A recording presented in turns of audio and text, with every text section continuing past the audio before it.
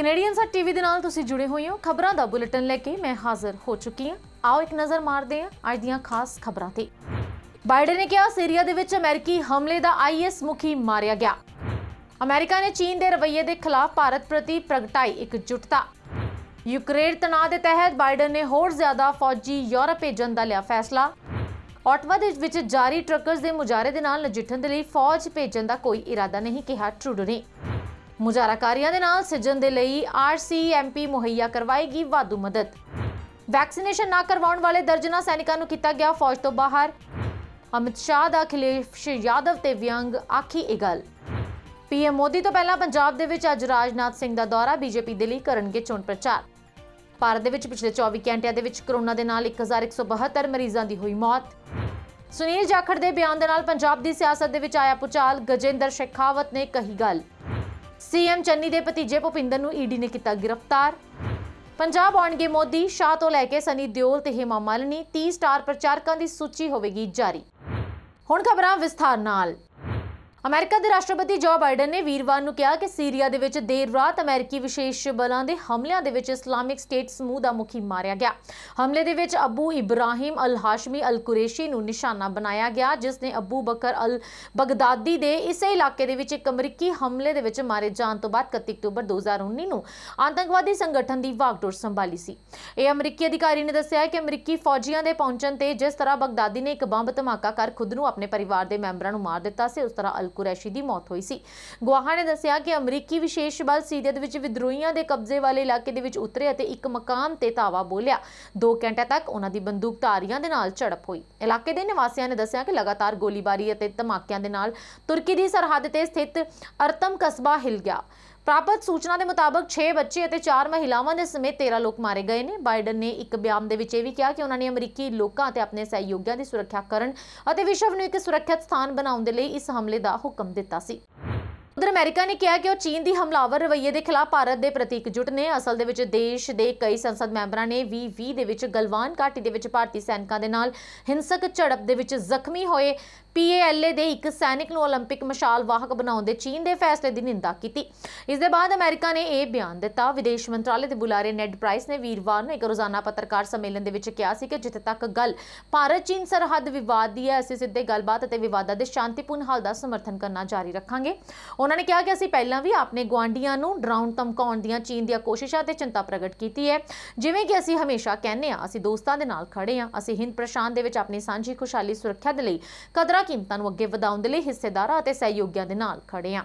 ਇਸ ਤੋਂ ਪਹਿਲਾਂ 2 ਚੋਟੀ ਦੇ ਅਮਰੀਕੀ ਸੰਸਦ ਮੈਂਬਰ ਮਾਰਕੋ ਰੂਬੀਓ ਅਤੇ ਜਿਮ ਰਿਸ਼ ਨੇ ਪੀਪਲਜ਼ ਲਿਬਰੇਸ਼ਨ ਆਰਮੀ ਦੇ ਰੈਜੀਮੈਂਟਲ ਕਮਾਂਡਰ ਕਵੀ ਫਾਬਾਓ ਨੂੰ ਓਲੰਪਿਕ ਮਸ਼ਾਲ ਵਾਹਕ ਬਣਾਉਣ ਦੇ ਲਈ ਚੀਨ ਦੀ ਆਲੋਚਨਾ ਕੀਤੀ ਸੀ। ਅਮਰੀਕੀ ਪ੍ਰਤੀਨਿਧਾਂ ਸਭਾ ਦੀ ਪ੍ਰਧਾਨ NC ਪੈਲੋਸੀ ਨੇ ਵੀ ਦੋਸ਼ ਲਗਾਇਆ ਕਿ ਚੀਨ ਦੀ ਸਰਕਾਰ ਅਤੇ ਚੀਨੀ ਕਮਿਊਨਿਸਟ ਪਾਰਟੀ ਦੁਆਰਾ ਓਲੰਪਿਕ ਦਾ ਇਸਤੇਮਾਲ ਕੀਤਾ ਜਾ ਰਿਹਾ ਅਤੇ ਚੀਨ ਦੇ ਵਿੱਚ ਮਨੁੱਖੀ ਅਧਿਕਾਰਾਂ ਦੀ ਘਾਟ ਤੋਂ ਦੁਨੀਆ ਦਾ ਧਿਆਨ ਹਟਾਉਣ ਦੀ ਕੋਸ਼ਿਸ਼ ਕੀਤੀ ਜਾ ਰਹੀ ਹੈ।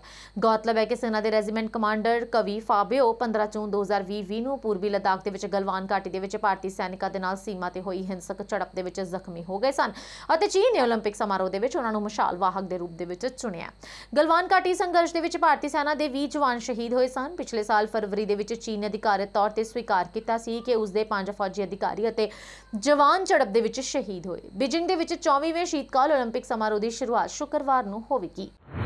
ਉਧਰ ਅਮਰੀਕਾ ਦੇ ਰਾਸ਼ਟਰਪਤੀ ਜੋ ਬਾਈਡਨ ਨੇ ਯੂਰਪ ਦੇ ਵਿੱਚ ਹੋਰ ਜ਼ਿਆਦਾ ਫੌਜੀ ਭੇਜਣ ਦਾ ਫੈਸਲਾ ਲਿਆ। ਬਾਈਡਨ ਨੇ ਪੋਲੈਂਡ ਅਤੇ ਜਰਮਨੀ ਦੇ ਵਿੱਚ 2000 ਅਮਰੀਕੀ ਫੌਜੀਆਂ ਨੂੰ ਤਾਇਨਾਤ ਕਰਨ ਦਾ ਹੁਕਮ ਦਿੱਤਾ ਅਤੇ ਜਰਮਨੀ ਤੋਂ ਰੋਮਾਨੀਆ ਦੇ ਵਿੱਚ 1000 ਹੋਰ ਫੌਜੀ ਟ੍ਰਾਂਸਫਰ ਕੀਤੇ ਜਾ ਰਹੇ ਨੇ।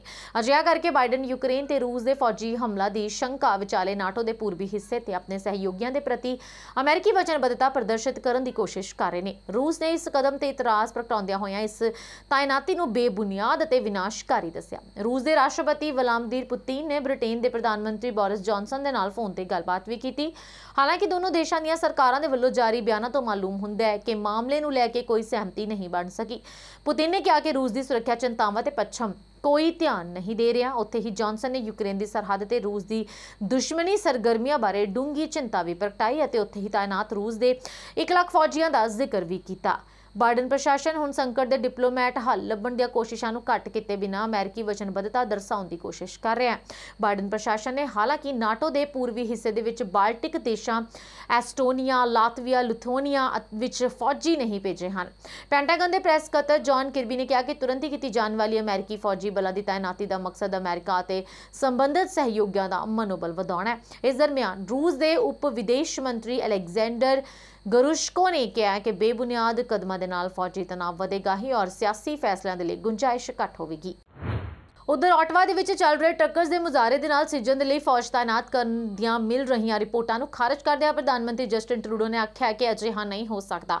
ਉਹਨਾਂ ਨੇ ਆਖਿਆ ਕਿ ਫੌਜੀ ਟੁਕੜੀਆਂ ਭੇਜਣ ਦਾ ਉਹਨਾਂ ਦਾ ਕੋਈ ਇਰਾਦਾ ਨਹੀਂ ਹੈ। Ottawa police chief Peter slowly ਨੇ ਬੁੱਧਵਾਰ ਨੂੰ ਆਖਿਆ ਸੀ ਕਿ ਇਸ ਸਥਿਤੀ ਦੇ ਨਾਲ ਨਜਿੱਠਣ ਦੇ ਲਈ ਸਾਰੀਆਂ ਸੰਭਾਵਨਾਵਾਂ ਖੁੱਲੀਆਂ ਨੇ ਅਤੇ ਇਹਨਾਂ ਦੇ ਵਿੱਚ ਫੌਜ ਸਦਨਾ ਵੀ ਸ਼ਾਮਲ ਹੈ। ਵੀਰਵਾਰ ਨੂੰ ਇੱਕ ਨਿਊਜ਼ ਕਾਨਫਰੰਸ ਨੂੰ ਸੰਬੋਧਨ ਕਰਦਿਆਂ ਟਰੂਡੋ ਨੇ ਆਖਿਆ ਕਿ ਕੈਨੇਡੀਅਨ ਧਰਤੀ ਦੇ ਉੱਤੇ ਫੌਜ ਤਾਇਨਾਤ ਕਰਨ ਦੀ ਗੱਲ ਸਾਨੂੰ ਸੋਚ ਸਮਝ ਕੇ ਕਰਨੀ ਚਾਹੀਦੀ ਹੈ। ਇਸ ਮਾਮਲੇ ਨੂੰ ਹਲਕੇ ਦੇ ਵਿੱਚ ਨਹੀਂ ਲਿਆ ਜਾਣਾ ਚਾਹੀਦਾ। ਟਰੂਡੋ ਨੇ ਆਖਿਆ ਕਿ ਕਿਸੇ ਵੀ ਕਾਰਨ ਕਰਕੇ ਫੈਡਰਲ ਸਰਕਾਰ ਨੂੰ ਇਸ ਤਰ੍ਹਾਂ ਦੀ ਬੇਨਤੀ ਨਹੀਂ ਕੀਤੀ ਗਈ।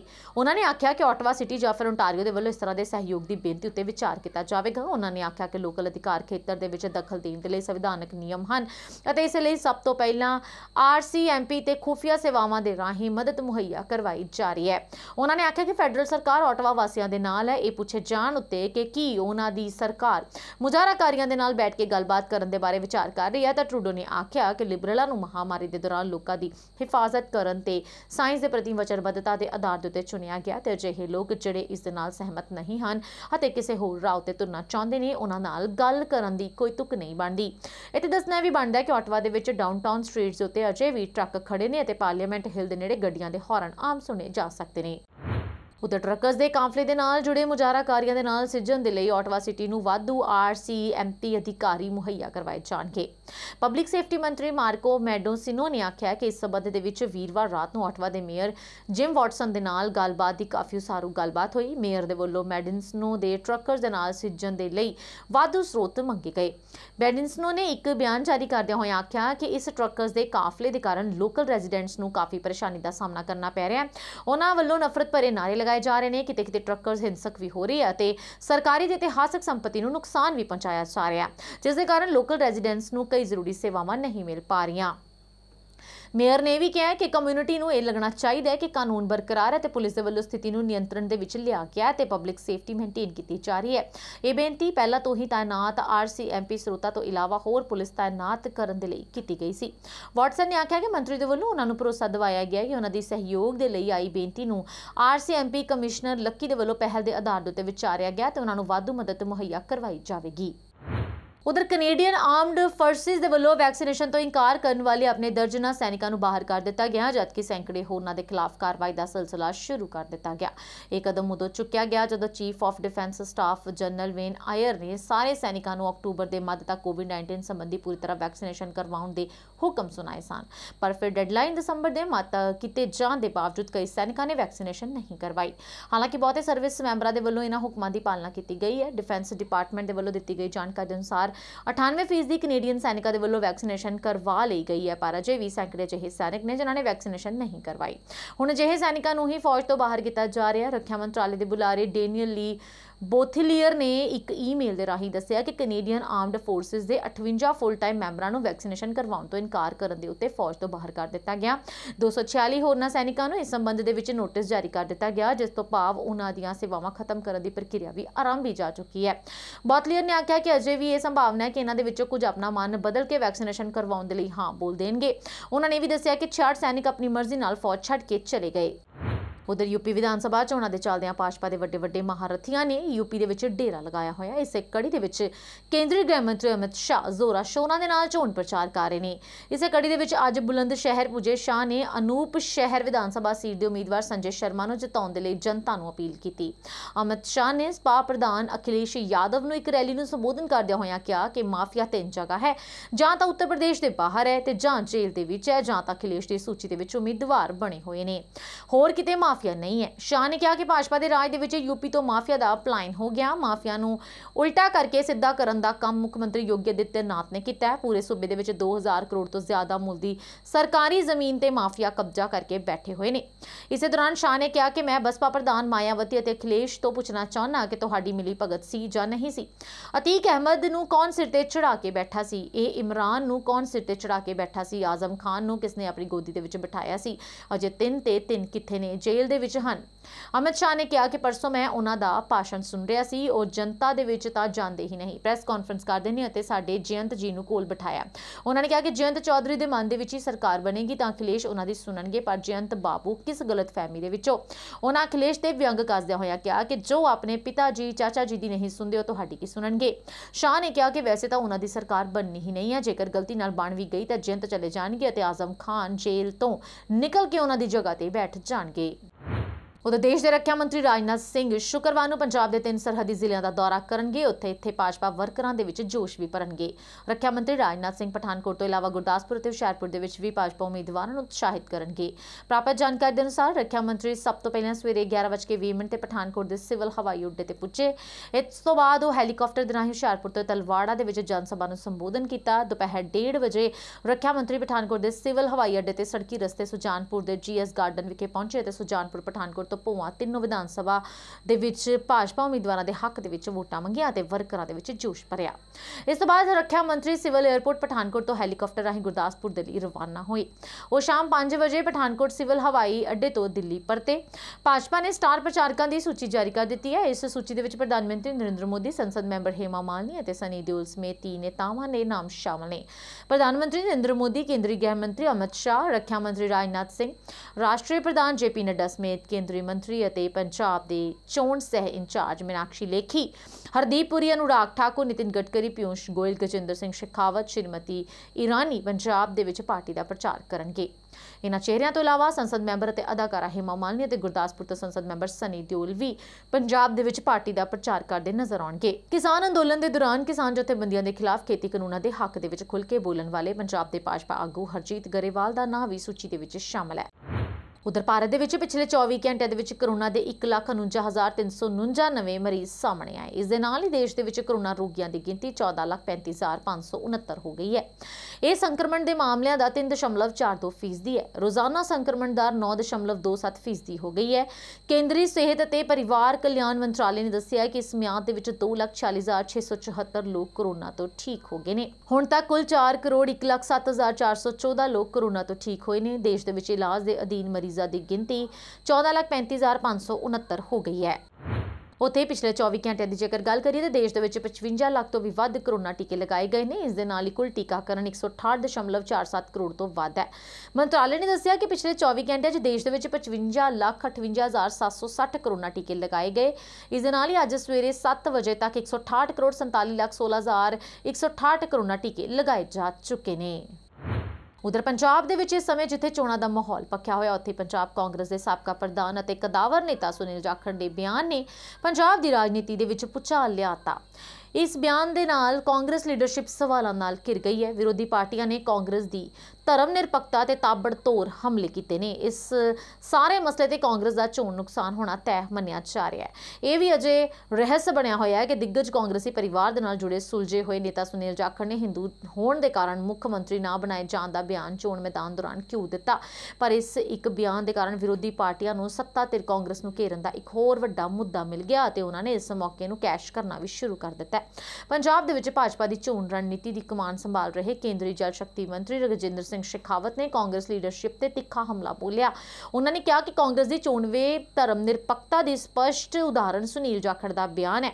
ਉਹਨਾਂ ਨੇ ਕਿਹਾ ਕਿ ਜਾਖੜ ਨੇ ਖੁਦ ਸਵੀਕਾਰ ਕੀਤਾ ਹੈ ਕਿ ਉਹਨਾਂ ਨੂੰ ਕਾਂਗਰਸ ਦੇ 79 ਵਿੱਚੋਂ 42 ਵਿਧਾਇਕਾਂ ਦਾ ਸਮਰਥਨ ਮਿਲਣ ਦੇ ਬਾਵਜੂਦ ਮੁੱਖ ਮੰਤਰੀ ਨਹੀਂ ਬਣਾਇਆ ਗਿਆ ਕਿਉਂਕਿ ਉਹ ਇੱਕ ਹਿੰਦੂ ਸਨ ਅਤੇ ਪਾਰਟੀ ਦੇ ਕੁਝ ਨੇਤਾਵਾਂ ਦਾ ਮੰਨਣਾ ਸੀ ਕਿ ਪੰਜਾਬ ਦੇ ਵਿੱਚ ਸਿਰਫ ਇੱਕ ਸਿੱਖ ਹੀ ਮੁੱਖ ਮੰਤਰੀ ਹੋਣਾ ਚਾਹੀਦਾ ਹੈ। ਸ਼ੇਖਾਵਤ ਨੇ ਕਿਹਾ ਕਿ ਕਾਂਗਰਸ ਪਾਰਟੀ ਨੂੰ ਜਾਖੜ ਦੇ ਬਿਆਨ ਤੇ ਸਪਸ਼ਟੀਕਰਨ ਦੇਣਾ ਪਵੇਗਾ ਅਤੇ ਪੰਜਾਬ ਦੇ ਲੋਕਾਂ ਨੂੰ ਦੱਸਣਾ ਹੋਵੇਗਾ ਕਿ ਉਹਨਾਂ ਦੀ ਧਰਮ ਨਿਰਪੱਖਤਾ ਦਾ ਪੈਮਾਨਾ ਕੀ ਹੈ।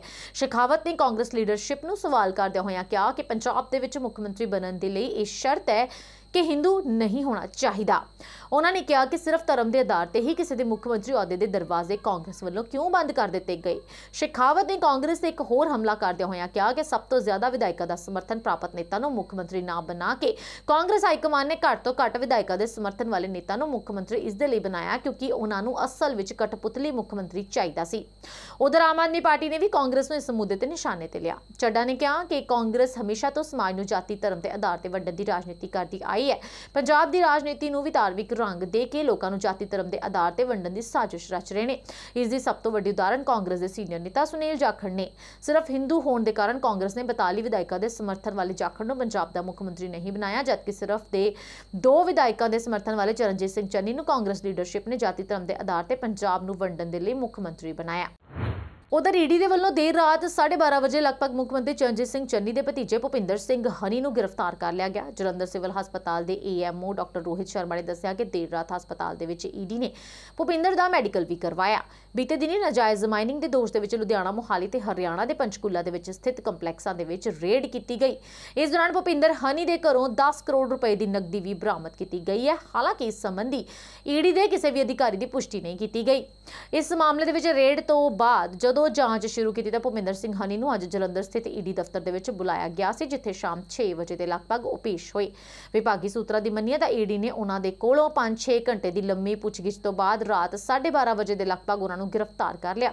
दस्सिया जा रहा है कि ईडी के दफ्तर के अंदर बनी बैरक दे विच उस नूं रखिया गया सी। जिक्रयोग है कि 19 जनवरी नूं ईडी दे वल्लों मुख्य मंत्री चरणजीत सिंह चन्नी के भतीजे भुपिंदर हनी के घर समेत कई थावां ते रेड की गई। लुधियाना मोहाली रूपनगर फतेहगढ़ साहब ते पठानकोट दे विच सर्च की गई सी। रेड के दौरान 12 लाख रुपए की महंगी कड़ी, 21 लाख रुपए की कीमत के गहने ते होर भी समान बरामद किया गया।